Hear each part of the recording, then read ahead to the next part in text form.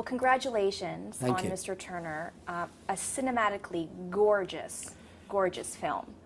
I understand this was a bit of a labor of love for you. It took years in the making. Why was that? Well, one of the crude reasons why it was years in the making is that it took us quite a long time to get the money together to make it, Right. because people are a bit resistant to, I mean, you know, I make these films with no script, and we don't get told who to cast and all that stuff. So it takes time when it's a bigger scale thing. But the bonus of that is that it gave us quite a long time to think about it and research and look at the paintings and all the rest of it. And I think that's paid off, really. Well, the way that it looks, like a painting, it's come out like a piece of art. Well, I mean, the first ingredient is my extraordinarily clever cinematographer, Dick Pope, whom I've worked with continuously since 1990, and Life is Sweet. And we just spent all that time thinking about the look, looking at the paintings. In the film, when the millionaire offers Turner £100,000, which was a lot of money in those days, Right. for all his work, and he says, no, I want it to be kept together and for the public to see for nothing. Well, that is the Turner bequest that is in the Tate Gallery, and some of it's in the National Gallery in London. And in that, in those 20,000 pieces, which there are of Turner, Wow. there are these extraordinary sort of panels and schemes of colour and things that he put down for you you can read and understand his whole colour thing. We were able to go and study that stuff, so it all helped to give us the look of the movie. And what was it about Turner specifically that, you know, interested you so much? I mean, there's so many painters around, but what was it about him that... Well, first of all, there hasn't been a movie about Turner. Right. So I thought, well, hang on a minute, this is a good opportunity to make one, you know. But also, I mean, you're familiar with my other films. I mean, you mentioned Absolutely. Happy-Go-Lucky a moment ago. There is a portrait of a quite, you know, multifaceted young woman. I realised that what was potentially interesting and fascinating for a film, what fascinated me, was the tension between this slightly eccentric, flawed, passionate, sometimes dirty, you know, driven, complex individual, and this amazing, epic, magical, sublime stuff that he painted. And, you know, and that stuff itself invites a movie, you know, it's cinematic. So it just seemed a very natural subject to explore. And also, I mean, having done Topsy Turvy, which looks at the later part of the 19th century, and whether we turn the camera around on ourselves, on what we Right. in showbiz do, I felt a similar thing could be done on Turner in the earlier 19th century. And that's sort of, I got the idea of doing the film after we'd made Topsy Turvy. Oh, wow. I mean, and Timothy's performance, brilliant. And I mentioned to him that when you're watching him on the screen, it's not Timothy Spall, it's his character.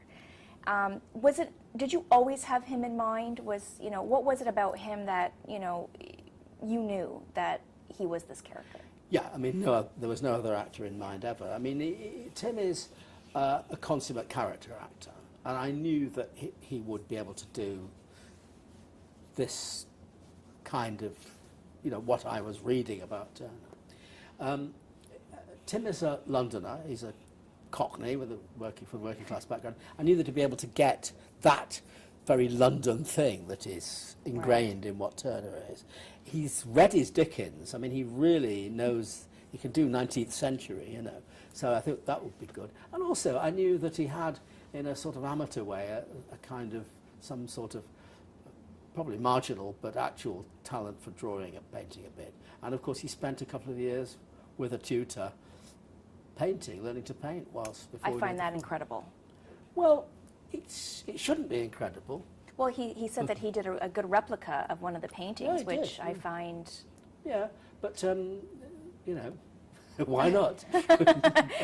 If you have it, you have it.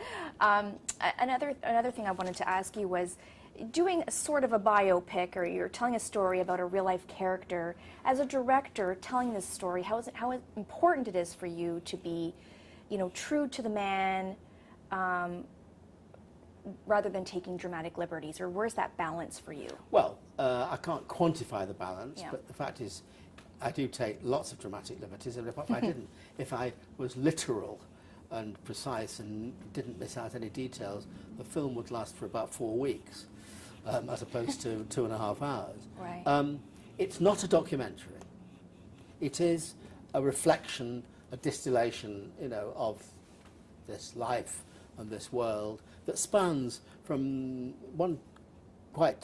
a period quite different from where it ends up. It starts in the Georgian period and it goes into the rather strict Victorian period, but where, you know, things have changed. People are moving around by train and not in horse-drawn carriages, etc., etc.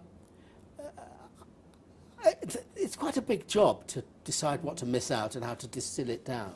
With so much information, how do you do that? Well, I mean, we work with a researcher and read a lot of stuff, but then in the end, you see, you can research for a million years, you can read a zillion books, but you've still got to put in front of the camera an actual three-dimensional reality, people behaving like people, and, you know, you can't act or perform or show period stuff. It's got to be real, as in real now, but by not compromising on trying to be accurate in the language, in the costume, in the details and everything else, it makes it possible for it to be believable in some way. And of course, everyone knows that working on your set, there's not a script, and a lot of your actors have told me, you can't BS Mike. You have to come prepared. How do you help them, you know, in this sense, in working in this kind of environment? Well, my job in the first place is to make it 100% comfortable for every actor. So I always work very individually with every actor to start with, months before we start shooting, where we get the character on the go and we do all that stuff, so that everybody's secure. And if they're not enjoying themselves, then it's not worth it, you know, basically.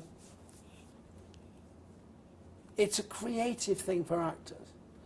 They are not just showing up, having learnt the lines and just doing it. They are contributing, participating in creating something.